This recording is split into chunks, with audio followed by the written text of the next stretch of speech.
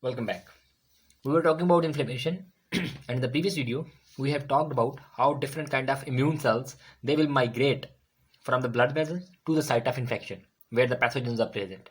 And more specifically we talked about the neutrophils because we were talking about the acute inflammation, and we know that in acute inflammation neutrophils are basically involved. Now in today's video we will be talking about how these neutrophils, after reaching into the site of infection, they will perform their duties. They will do three major functions after reaching into the tissue which has been infected by bacteria or fungi or any other pathogen.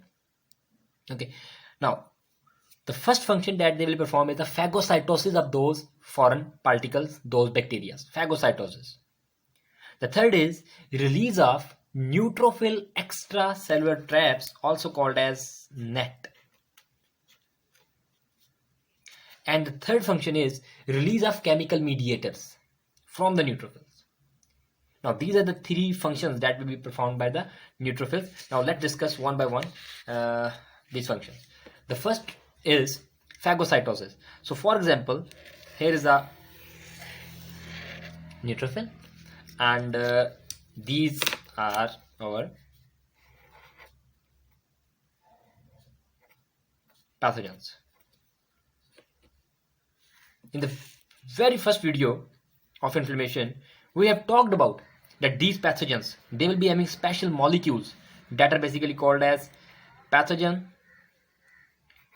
associated molecular patterns, PAMPs. And these special molecules, they will be recognized by special receptors on the neutrophils. Those are called as pattern recognition receptor. By using this receptor, neutrophil will recognize these PAMPs and it will get to know that this bacteria is a foreign particle and it is toxic for me and I have to phagocytose it. Now what will it do? It will phagocytose this bacteria.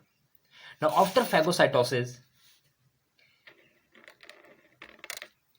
the bacteria will be trapped in a membrane bound organelle, and this membrane bound organelle in which pathogen has been trapped is called as phagosome.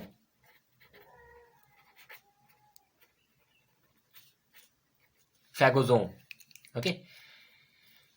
Now there are some other organelles present in the neutrophils. They are called as lysosomes. Lysosomes. Why they are called as lysosome? Because these organelles have special lysosomal enzymes that can destroy the foreign particles, but they are also enclosed in a membrane bound organelle. So now in the next step, what will happen? This lysosome and this phagosome, they will fuse together. They will fuse together, and a fused structure that is called as phagolysosome. Phagolysosome will be formed. And now this bacteria that was present in the phagosome, it will come in direct contact with the lysosomal enzymes that were present in the lysosome. Now these lysosomal enzymes, they will attack on it and they will destroy or damage these foreign particles. Now in this way, the process of phagocytosis will be taken place. Okay, and destruction of pathogen will be taken place. Now neutrophils do not only destroy these foreign particles with the help of lysosomal enzymes. They also have another species that can damage or that can cause destruction to the pathogens, and these species are called as reactive oxygen species. Reactive oxygen species. They are also present inside the neutrophils, and these reactive oxygen species, they can also cause damage to the neutrophils. And if needed, these reactive oxygen species can be released outside of the cell to kill the extracellular pathogens. But upon this release, these reactive oxygen species, they can also cause damage to the host cell as well. Along with the bacteria that were present in the extracellular space, host cell tissue can also get damaged because of these reactive oxygen species. Okay, because they are very reactive. They will react with the proteins, they will react with the DNA, they will react with the RNA, they will react with the cell membrane, and they will cause destruction to both the pathogens and to the host tissue. So collateral damage can take place in the case of inflammation. Tissue injury can happen in the case of inflammation. Okay. Now, reactive oxygen species. We were talking about the reactive oxygen species. Now, what are reactive oxygen species? Reactive oxygen species, they are here we go. These reactive oxygen species that are present in the neutrophil. There are three main types. The one is superoxide reactive oxygen species. There is hydrogen peroxide. It is also considered as reactive oxygen species. Being very reactive, it can damage both tissues, host tissue and the pathogens. And these. Then third one is hypochlorite, hypochlorous acid. The most potent and most effective free radical, most potent. This is the most potent free radical present in the neutrophils. And here is the point. To produce these hypochlorite, neutrophils need an enzyme, and that is called as myeloperoxidase. Myeloperoxidase.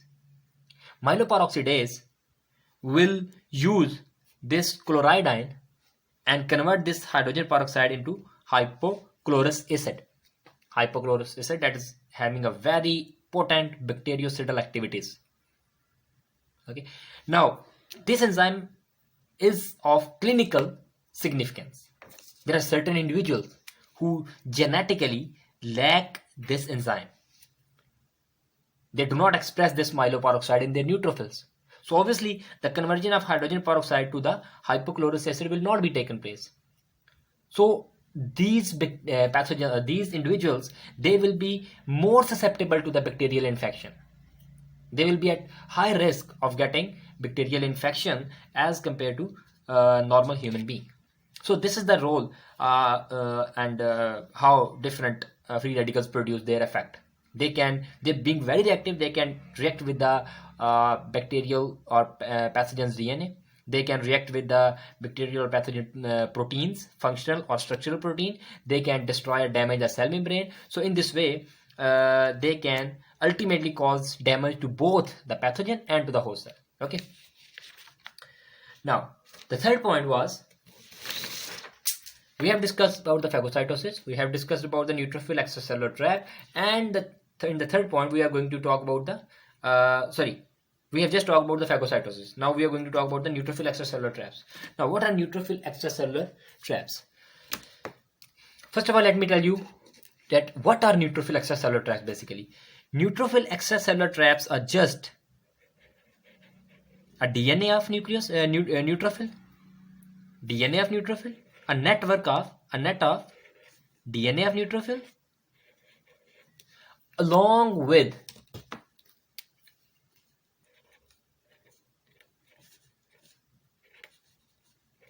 important antibacterial enzymes or protein that were present in the neutrophil, and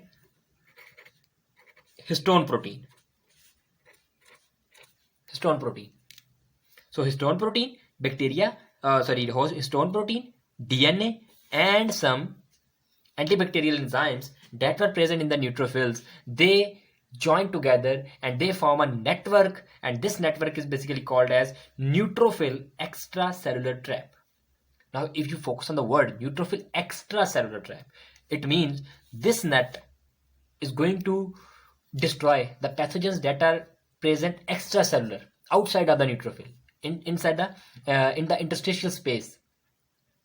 Okay, so neutrophil will release these net here you can see these neutrophil extracellular traps. It will be released to the pathogens that are present outside the neutrophils and that has not been phagocytosed. Now these neutrophil extracellular trap, they will trap, they will catch those foreign bacteria, foreign particles, and by using these antibacterial enzymes, it will destroy all the pathogens that has been trapped in this net. This net can come out of the neutrophil in two ways. The first is netosis. And in netosis, what happened? First of all, obviously, we know that there are the neutrophils are multi-lobed.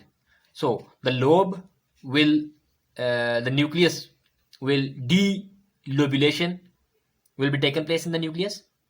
Nuclear envelope will disappear, and then the chromatin, that is DNA and histone, it will come out of the cell along with the enzymes by destruction of the cell membrane. In this way, the death of neutrophil will be taken place and the neutrophil extracellular trap will come out. And the second mechanism is non-lytic. In this mechanism, neutrophil is not going to burst. Cell membrane is not going to destroy.